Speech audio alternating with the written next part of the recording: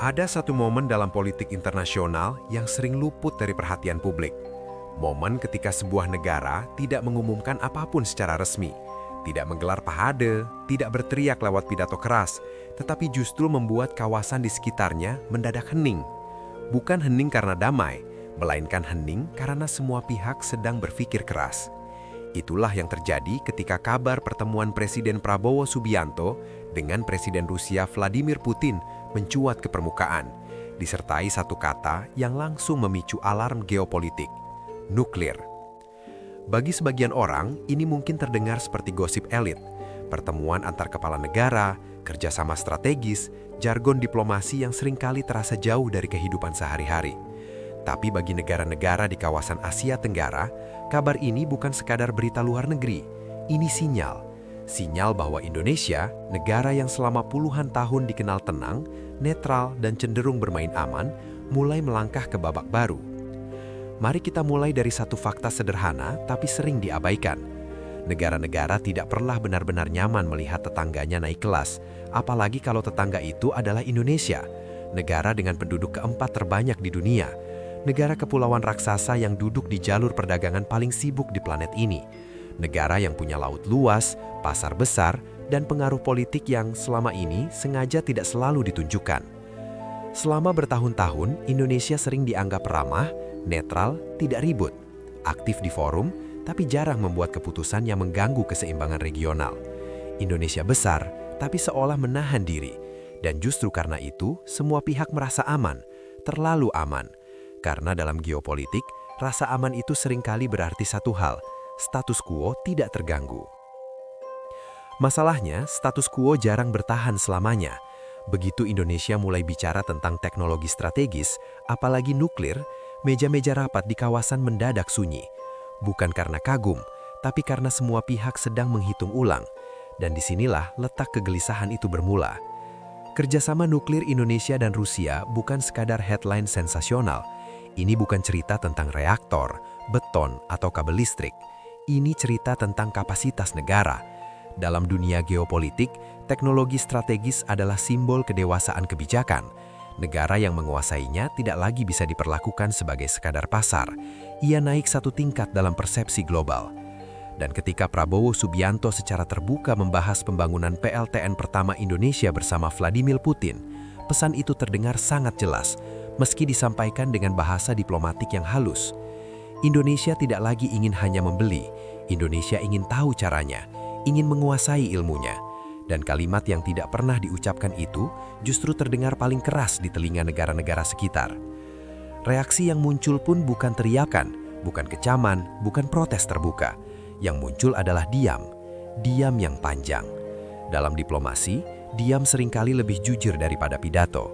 Karena di balik diam itu ada analisis, ada perhitungan, ada rasa tidak nyaman yang tidak ingin ditunjukkan ke publik.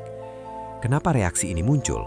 Bukan karena Indonesia tiba-tiba menjadi agresif, bukan karena ada ancaman militer, tapi karena Indonesia berhenti menjadi penonton. Selama puluhan tahun, Indonesia sering diposisikan sebagai pasar produk, pasar investasi, pasar tenaga kerja. Peran itu aman, nyaman, dan tidak mengganggu siapapun. Tapi begitu Indonesia bicara nuklir, apalagi dengan Rusia, peta itu mulai bergeser. Rusia bukan sekadar mitra teknologi. Rusia adalah simbol perlawanan terhadap dominasi Barat. Negara yang saat ini sedang ditekan, disangsi, dan diisolasi karena konflik global.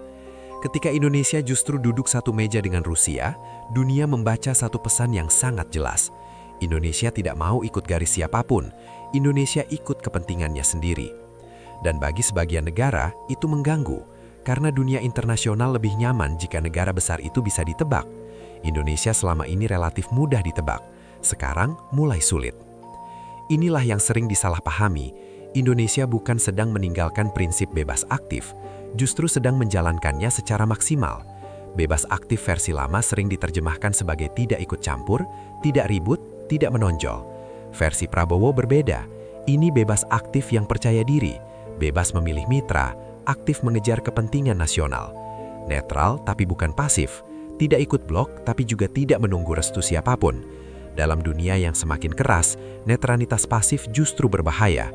Karena jika sebuah negara memilih diam, pihak lain yang akan menentukan masa depannya. Prabowo tampaknya paham betul logika ini. Kalau Indonesia terus menunggu lampu hijau dari luar, Indonesia tidak akan pernah naik kelas. Dan inilah mengapa kerjasama dengan Rusia menjadi relevan. Bukan karena romantisme anti-Barat, tapi karena kalkulasi yang dingin dan praktis. Amerika Serikat dan Eropa memang punya teknologi nuklir canggih, tapi kerjasama dengan mereka sering datang dengan banyak syarat. Syarat politik, syarat regulasi, syarat pengawasan. Rusia menawarkan pendekatan yang berbeda. Mereka terbiasa bekerja dengan negara berkembang yang ingin belajar, bukan sekadar membeli. Transfer teknologi, pelatihan SDM, pendampingan jangka panjang. Bagi Indonesia ini krusial. Indonesia tidak ingin selamanya bergantung. Indonesia ingin membangun kapabilitas nasional. Dan satu hal yang jarang dibahas, Rusia tidak melihat Indonesia sebagai murid. Mereka melihat Indonesia sebagai mitra strategis jangka panjang. Itu perbedaan yang signifikan. Tentu saja langkah ini bukan tanpa risiko. Menggandeng Rusia di tengah konflik global adalah keputusan yang membuat semua mata mengawasi. Ada risiko reputasi, ada risiko tekanan ekonomi, ada diplomasi halus yang bentuknya bukan ancaman, tapi kalimat sopan penuh makna. Kami harapkan Indonesia mempertimbangkan implikasi geopolitik dari langkah tersebut. Kalimat seperti itu terdengar ramah, tapi isinya jelas, tekanan.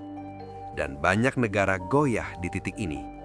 Karena mengikuti arus selalu lebih mudah daripada berenang melawan arus dengan elegan. Tapi Prabowo tampaknya memilih opsi yang lebih sulit. Ini bukan langkah orang yang tidak tahu resiko. Ini langkah orang yang menghitung resiko dan tetap melangkah. Dalam geopolitik, tidak mengambil keputusan juga adalah keputusan. Dan seringkali, itu keputusan yang paling mahal. Sekarang kita masuk ke kata yang selalu memicu reaksi emosional. Nuklir. Begitu kata ini muncul, publik langsung terbelah. Ada yang langsung teringat Chernobyl, ada yang langsung membayangkan bom. Padahal ini bukan era perang dingin. Ini 2026. Dan nuklir hari ini adalah soal energi, bukan senjata. Indonesia sedang menghadapi kenyataan pahit soal energi. Batu bara masih dipakai, tapi dunia makin cerewet soal emisi. Energi surya bagus, tapi tergantung cuaca. Air tidak selalu tersedia. Gas masih impor. Indonesia butuh energi baseload, energi yang stabil, siang dan malam, tanpa drama cuaca. Di titik inilah nuklir masuk akal. Rencana PLTN pertama Indonesia dengan kapasitas sekitar 500 MW sering disalahpahami. Ada yang bilang kecil, ada yang bilang tanggung. Padahal justru disitulah kecerdasannya. Ini bukan proyek unjuk kekuatan.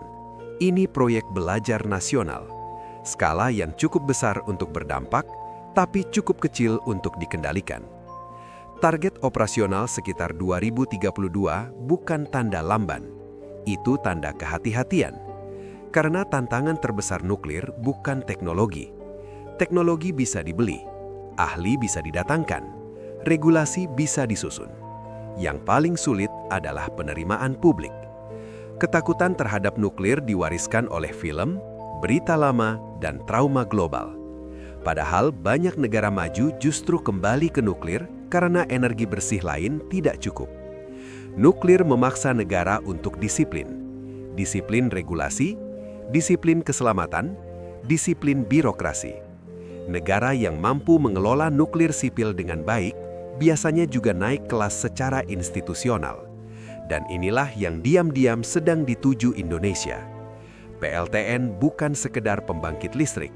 Ia menciptakan ekosistem, industri teknik, keselamatan industri, manajemen risiko, lonjakan kualitas SDM lintas sektor. Di tengah semua ini, muncul kontroversi yang sangat manusiawi.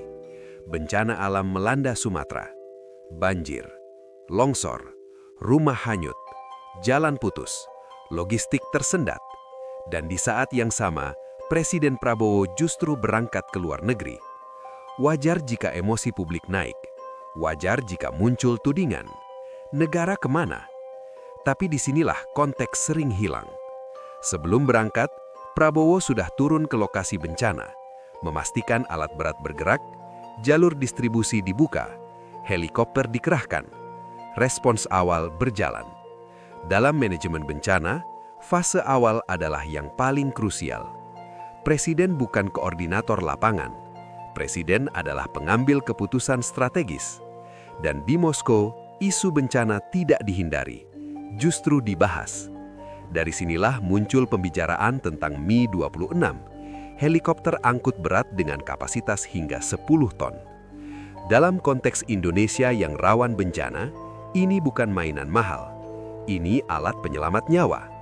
Ketika jalan putus dan jembatan hanyut, logistik udara adalah kunci.